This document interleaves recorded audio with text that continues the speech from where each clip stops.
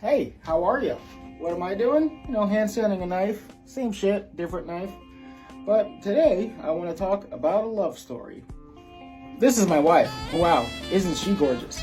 Well, you're probably wondering, what the fuck is wrong with her? Why is she with this guy? That's what I want to go over. If you're looking for the short version of the story and you don't want to hang around the whole time, well, here's the shortened story.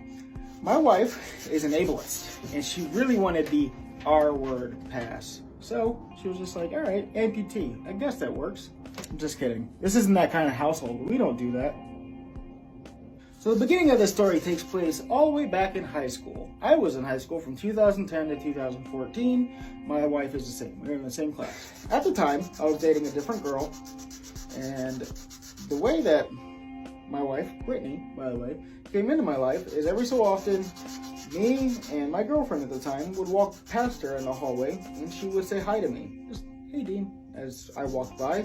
And you ever been in a relationship with a girl that just gets really pissed off at both you and the woman for the woman acknowledging your existence? That's the kind of relationship I was in. Very toxic type. And Brittany's always kind of been unhinged, so she liked pissing people off and just caused problems for me. Other than just some small encounters here and there, I never really talked to her a whole lot. She never really talked to me a whole lot. We went to a predominantly black and Hispanic school, so of course we knew each other because we were pretty much the only two white people in the school. So obviously, we stood out. The next time she came and talked to me, she wanted to buy my first car, which was a 66 Mustang. She wanted to know all about it and ask me. And she came up to me and was just like, I saw her coming from a mile away. I mean, I even started doing one of these moves, push up the ladies a little bit, try to get my attention, sweet talk me. She came up to me and was just like, ooh, that's a sexy car. Can I buy it? I would do anything for it. And I was like, ugh, bitch, get away from me. I even gave her a little shove with the boot because I didn't want to touch her with my hands. I was like, get away, fucking nasty. And she just ran away. She just started running away, a little light jog. I swear to God, she had a nervous fart sneak out. I heard it. I wouldn't lie to you. We graduated after that. 2014, we graduated. She went her own way. I went my own way. That exchange, I think, was our last exchange for, foreseeable future. I didn't really have any plans in coming in contact with her again, and pretty sure she never had any plans coming in contact with me. So important detail, my high school was in Virginia. That's where I lived. I stayed there. After graduation, Brittany moved away to Arizona, got into ASU, was beginning her own life there, started from nothing there and built her way up. About 6 years after we graduated, she had one lucky day that would change her life forever. I decided to message her on Facebook. And after about a month of dating and exchanging conversations over long distance from her being in Arizona, me being in Virginia, I decided, it's time to meet in person again, reintroduce ourselves, because we never really knew each other back then. It's time to introduce ourselves to each other in person. So I booked a flight to Arizona, and once I arrived in Arizona, I got a text saying, hey, I got cold feet. I'm not going to meet you there. I'm sorry. And I was immediately thinking, wow, what a cunt. What a cunt. I just traveled across the United States to meet you. It's my initial thought. You're just going to back out like that? She pops up at baggage claim and was like, surprise. And I was like, bitch, you're going to hurt me on the first day. Why would you do that? And she was like, anyways. I got another surprise. I packed up my whole car and, I decided you ain't taking that return flight home. I'll just kick it with you. She said it just like Donkey from Shrek. And by the way, she's a big fan of Shrek. That's exactly how she said it.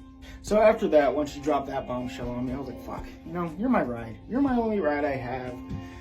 So we started, after a couple days of hanging out in Arizona, of course, she was showing me all around the areas that she loved, that she grew to love, as she built her life out there. It was pretty we start our trip back to Virginia. We decide, I'm not taking that return flight. We get in her 2012 Focus, and it is packed to the it is packed. Everything that she wanted to keep from her life that she built up, it is all in that car. And the only way I could fit in it, if I wasn't in the passenger seat, which she hates driving, so I was in the driver's seat at the beginning, I believe.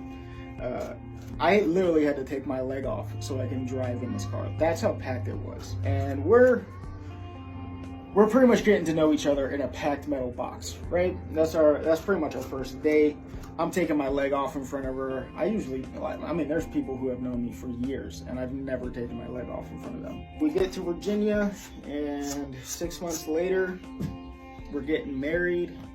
And a couple months after that, we're having a baby. And then like 2 weeks after my daughter is born, we moved down here to Alabama, where we've been ever since. And yeah, she started a home bakery down here, very successful, more successful than this business I'm doing right now. She's actually the inspiration that led to me starting my own side business and selling knives. And that's how my wife got super lucky. I don't know what else I can say. You know, she's the lucky one. Come on. But for real, it was all because she just wanted to be able to make handicap jokes. That's it. I swear, that's the only reason. It has nothing to do with anything that I offer at the table. You know, it's just handicap joke pass. She's not an ableist. She's married to an amputee. That's the thought process, you know? But for real, you know, my wife's a beautiful lady, a lovely lady. I couldn't be more blessed. If you're a younger person, my advice is find a lady with just enough mental issues to where she can handle the bullshit that you bring to the table.